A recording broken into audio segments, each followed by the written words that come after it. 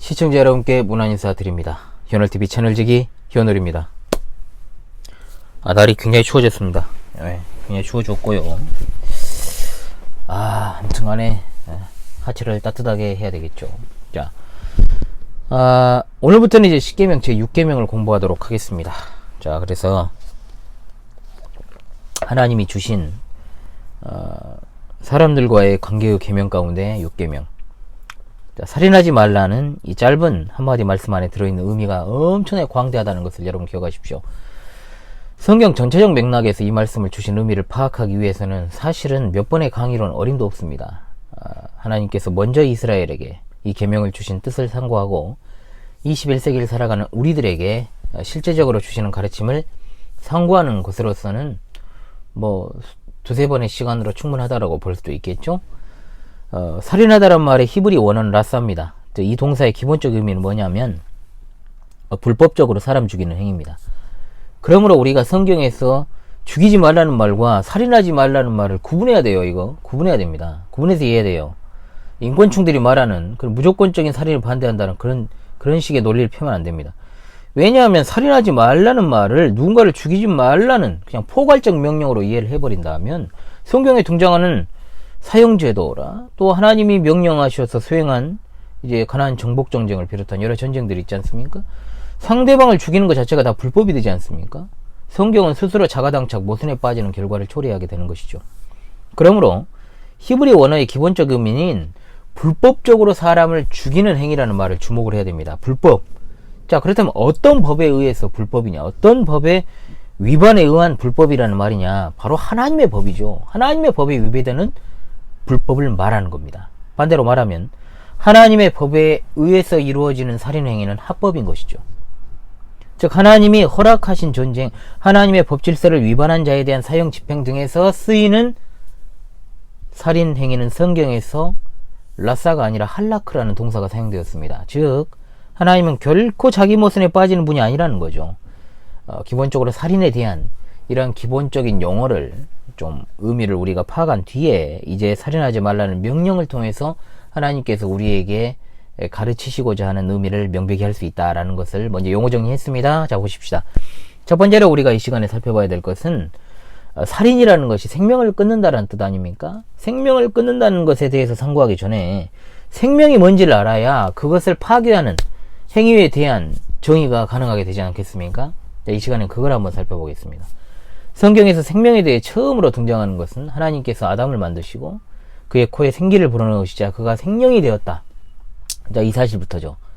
생령이라는 말은 살아 움직이는 존재라는 뜻인데, 자, 하나님께서 사람을 흙으로 지으시고 코에 생기를 불어넣으시니까 사람이 살아서 움직이는 그런 존재가 되었습니다. 그렇기 때문에 하나님께서 그 생명을 취해가시면 그 생명도 어떻게 된다? 끊어지는 거죠. 그러므로 가장 기본적으로 생명이라는 말은 숨을 쉬고 심장이 박동하고 뇌가 활동하는 것을 말해요. 이건 도는 건데, 돌아버린 건데. 자, 그러나 그것이 전부는 아니죠. 아담이 그냥 숨만 쉬며 에덴 동산에서 돌아다녔던 거 아니잖아요. 숨만 쉬고 활동을 할 수 없다면 그것이 제대로 된 생명의 발현은 아니겠죠. 가만히 그냥 숨만 쉬고. 그러므로 처음 창조된 인간 아담의 생명은 하나님과의 관계에서 비로소 잘 나타나고 있었다. 하나님께서는 아담에게 계명을 주십니다. 바로 동산 각종 나무의 열매는 내가 임의로 먹되 선악을 알게 하는 나무의 열매는 먹지 말라. 네가 먹는 날에는 반드시 죽으리라. 즉 선악과를 금하심으로써 하나님의 계명을 지키면 살고 지키지 않으면 죽는다라고 하는 것, 이걸 가르쳐 주시면서 그 보증으로 생명나무를 주셨지요. 제대로 비치고 있죠. 즉 하나님과의 관계 속에서 그는 계명을 부여받은 것이고 그것을 지키는 것이 바로 그의 생명이었다라는 것입니다. 하나님께서는 아담과의 관계 안에서 그의 사명을 잘 수행하도록 하시기 위해 하나님의 선물을 더 허락하시는데 바로 뭡니까? 돕는 배필을 주시죠. 하나님께서 그로 정말 돕는 배필을 주신 이유는 뭐냐? 부부가 함께 하나님께서 내려주신 언약을 잘 지키고 그의 명령을 지킴으로 부부관계 속에서 그 생명이라는 것이 더 충만하게 드러나도록 하시기 위한 목적이었다. 아담은 그뿐 아닙니다. 하나님의 계명을 따라 동산을 지키고 또 여러가지 일을 했죠. 동물을 다스리는 일도 했고 아담과 그 아내가 하나님의 계명에 순종하며 서로 사랑하고 또 다른 피조물을 다스리는 활동을 활발히 수행하는 것으로 여호와의 동산은 생명으로 충만하게 되었다. 자, 다시 정리합니다. 첫째, 생명은 기본적으로 숨입니다. 숨. 자, 하나님이 사람의 코에 생기를 불어넣으심으로 사람이 살았습니다. 반대로 하나님께서 사람의 코에서 생기를 취하시면 사람은 죽어서 흙으로 돌아갑니다. 자, 둘째는 관계로서 생명을 이해합시다. 요한복음 17장 3절에 영생은 유일하신 하나님과 그가 보내신 자 예수 그리스도를 아는 것이다 그랬어요. 영생이 뭐라고요? 하나님을 아는 것이라고요. 성경에서 안다는 말은 독특한 의미를 가지죠. 일례로 마리아가 천사에게 말하잖아요. 난 남자를 알지 못한다 그랬어요. 어찌 이런 일이 있으리까? 여기서 그녀가 남자를 알지 못한다 한 것은 지식적으로 남자인지 아닌지 몰랐다는 말이 아니고 아직 내가 혼인하지 않고 부부관계에 들어가지 않았다는 뜻이죠. 안다는 말은 경험으로 안다는 말이에요. 즉 하나님을 아는 것이 생명이라는 말은 단순하게 그분에 대한 어떤 막연한 지식을 안다는 말이 아니라 하나님과의 인격적인 관계 속에서 그분과의 교제를 하는 것이 영생, 즉 생명이라는 말씀이에요. 즉 생명은 단순히 존재의 지속만 있는 것이 아니고 하나님과의 바른 관계 안에서 하나님께서 우리에게 허락하신 다른 사람들과의 관계를 맺고 주신 사명을 수행하는 것으로부터 나온다는 것이죠. 그래서 우리 신앙의 선배들은 6계명을 가르칠 때 생명을 관계적으로 이해한 거예요. 하이델베르크 여러분답 105문답에서 107문답이 바로 6계명에 대한 가르침입니다. 106문에서 살인의 뿌리로 지적하는 것이 뭐냐? 시기, 증오, 분노, 복수심. 숨이 끊어지고 안 끊어지고의 문제가 아니라 관계의 문제라는 거죠, 이게.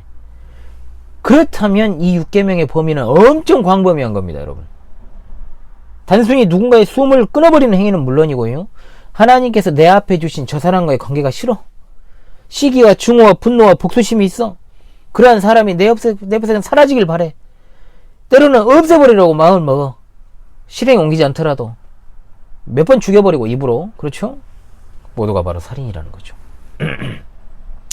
생명에 관한 이런 폭넓은 이해가 요한 1서 3장 15절 형제를 미워하는 자보다 살인한 자니 살인한 자마다 영생이 그 속에 거하지 아니하는 것을 너희가 아는 바라. 이게 그러면 이해가 되시죠, 여러분? 이 말씀이 어떤 의미인지. 생명을 하나님과의 관계, 사람 사이 관계에서 이해하는데 행동이나 말이나 마음으로라도 그 관계를 끊으려 했다? 그것이 살인이란 말이에요. 살인자 아닌 사람이 없네? 그렇지 않습니까, 여러분? 그러므로 이것은 사회적 관계의 단절도 살인에 해당한다라는 것을 우리에게 보여주는 겁니다. 목숨을 끊지는 않았어요. 끊어버리진 않았어. 그러나 우리가 흔히 하는 말이 그런 말 하잖아요. 저거 묻어버려야 되겠다. 저거 매장시켜버려야 되겠다. 생명이라는 거는 개인의 목숨이라는 관점보다 서로의 관계적인 측면에서 나타내야 되는 것이기 때문에 사회적인 관계 속에서 어떻게 우리가 서로가 서로를 대해야 될까? 상호관계. 어떻게 하면 우리 생명을 갖다가 서로 관계 속에서 더 풍요롭게 발현시킬 수 있을 것인가를 우리가 생각해야 된다는 겁니다. 목숨을 끊는다는 것은 그런 모든 관계를 끊는 것의 최종적 형태인 것이죠.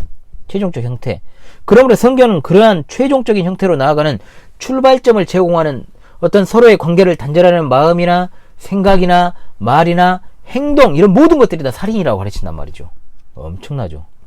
그러므로 기억합시다. 정말로 절대로 10계명 하나의 도덕률이 아니라는 게 여기서도 확실하게 드러나지 않습니까?